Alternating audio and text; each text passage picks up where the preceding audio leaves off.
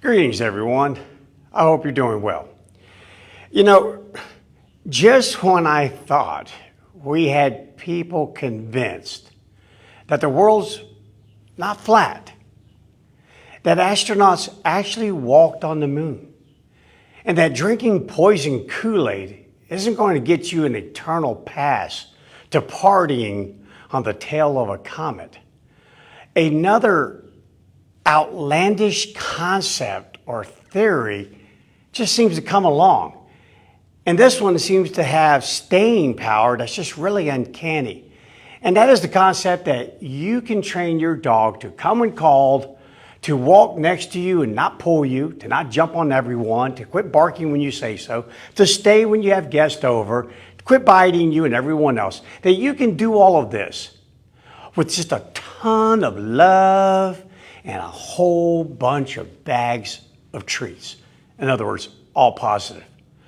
I swear, that thing's been around here for probably about over a decade. And I thought maybe, just maybe, we've become smart enough to realize that, just maybe through cause and effect, direct experience, trial and error, that people would realize that doesn't work. It just doesn't work. But I swear, I don't go an entire week that someone doesn't put that in my face. So I'll tell you what, I've addressed this many times before. I'm going to spend the next couple of videos, I don't know, it could be 2, it could be 3, it could be 4. I'm going to park myself on this box for as long as it takes to hopefully convince people for the sake of the darn dog. God, forget the dog owner. Let's talk about the dog. Because it's the dog that ends up suffering when you can't get it under control. It's the dog that goes to the Humane Society, not its owner. No, their life just goes right on down the road. Everything's hunky-dory fine. It's the dog that suffers. So maybe if I just shed some light from a couple different angles, maybe say it differently, add a few extra words, then maybe I can drive this concept and it's just misinformation into the stinking hole and bury it once and for all, because it's just not going to happen. Again, if you want to teach your dog to roll over, jump into your arms, do circus acts or whatever, Captain knows a lot of those, yeah, go for it. Who cares? Either you do it or you don't. Nothing's really at stake if you don't roll over.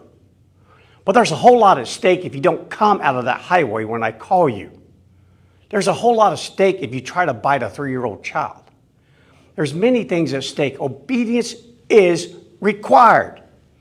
So let me kind of start off this series with a throwback video that I did back during the 365, because it just bears worth repeating, because it just makes so much sense.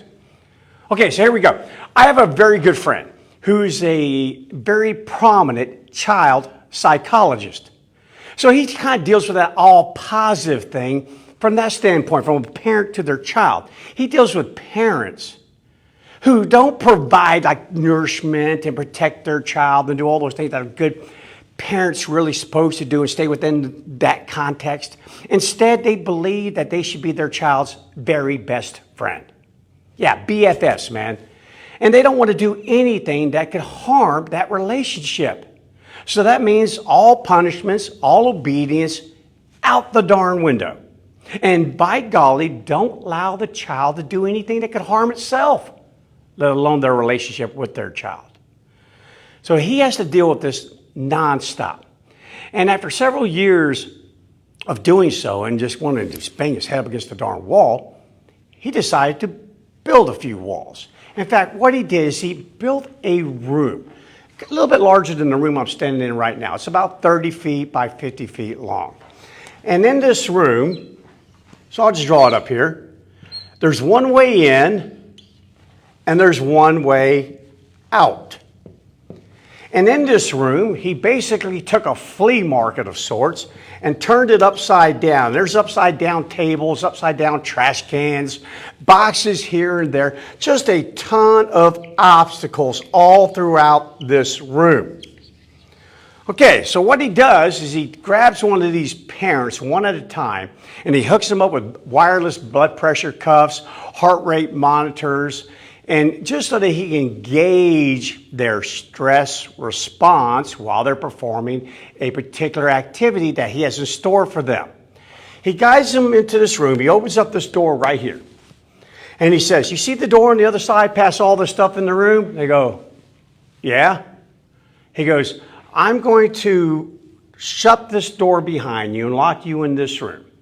And your task is to work your way through all these obstacles and find your way out the other side of the door. Got it? And of course, most of them are going, yeah, piece of cake, dude, whatever. I don't see the point of this whole darn thing. They've actually said that to him. Why are we doing this? I don't see the point. He goes, you will. You certainly will. All right, so he shuts the door. He walks out of the room. And then through a speaker he has in there, he says, are you ready? And they reply, yes. He turns off the lights. And that room becomes pitch black dark. It was designed to allow no light, no ambient light, no artificial light of any sort. Pitch black dark. He says, proceed. And immediately you can just see all these recorded, the heart rate goes up, the oxygen, they immediately leave their calm zone, and there they go, right up that darn arousal curve, right then and there. And they start proceeding along, and of course they bump into a few things. And you hear, ow, and sometimes you hear words I can't repeat on this video. And some get extremely frustrated. They start spinning around inside all these obstacles. Things are falling over.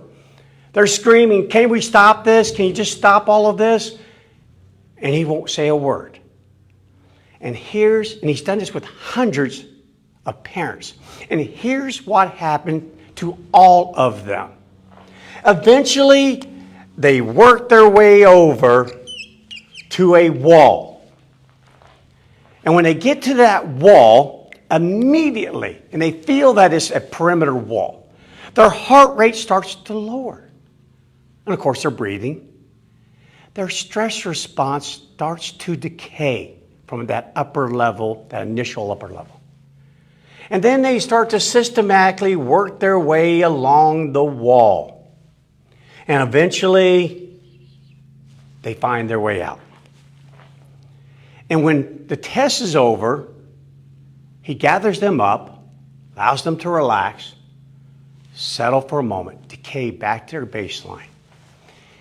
And then he says, did you notice inside that room you ran into a few obstacles along in that room? Oh, yeah, I did. Did some of them hurt? Yeah. More like a Band-Aid, not triage, right? Oh, yeah, certainly. Yeah, more like a Band-Aid. But it did hurt. How did you find your way out? Well, eventually I worked my way to a wall. And I used that wall to navigate past these obstacles. It kind of guided me out the door. He goes, precisely. Precisely. And you know what that wall represents? Structure. That's right. Structure. And that's what your child needs from you. It needs a wall in the form of structure, in the form of obedience that will lead them to safety. Have the ability to avoid some trials, some harm, some obstacles, not all, but some, to avoid them altogether.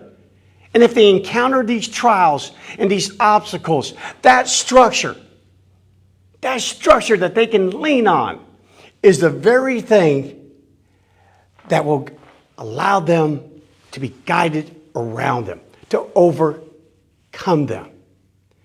You see, this structure, this obedience provides a context in which they can operate, in which they can behave. They know the boundaries.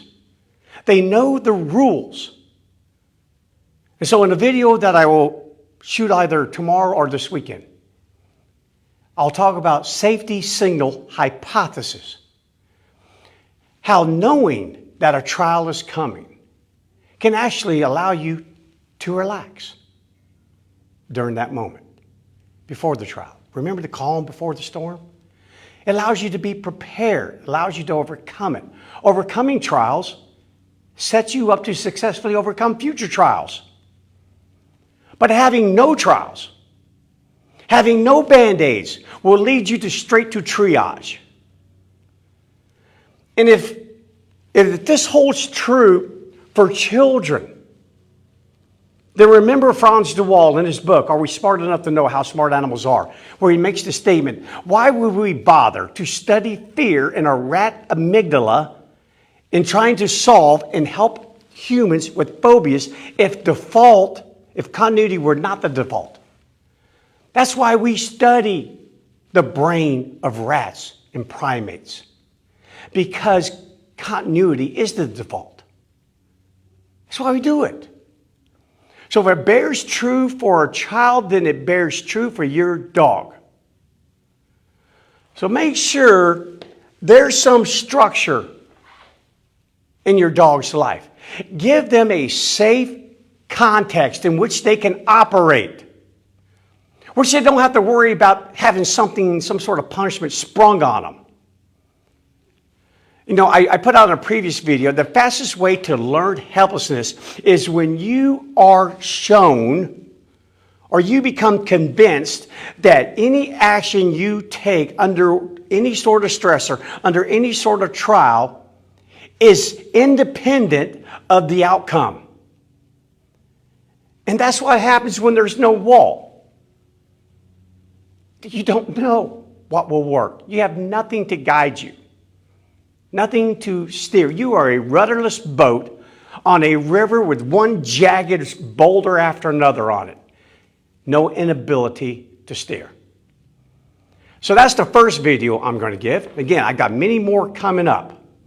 So make sure you tune in and watch these for the sake of your darn dog, maybe for the sake of your children, even your relationship. And if you happen to own a business like Kira and I, for the sake of your employees. Give them a safe boundary in which they can operate. And by doing so, there's a higher quality of life for everyone involved. And of course, we mitigate danger and safety. Keep in mind, life is about Band-Aids, not always triage. But by golly, it does require a Band-Aid from time to time. So give your dog a structure, something they can lean on. All right, stay tuned for the next videos. Rest of the day, enjoy, be safe.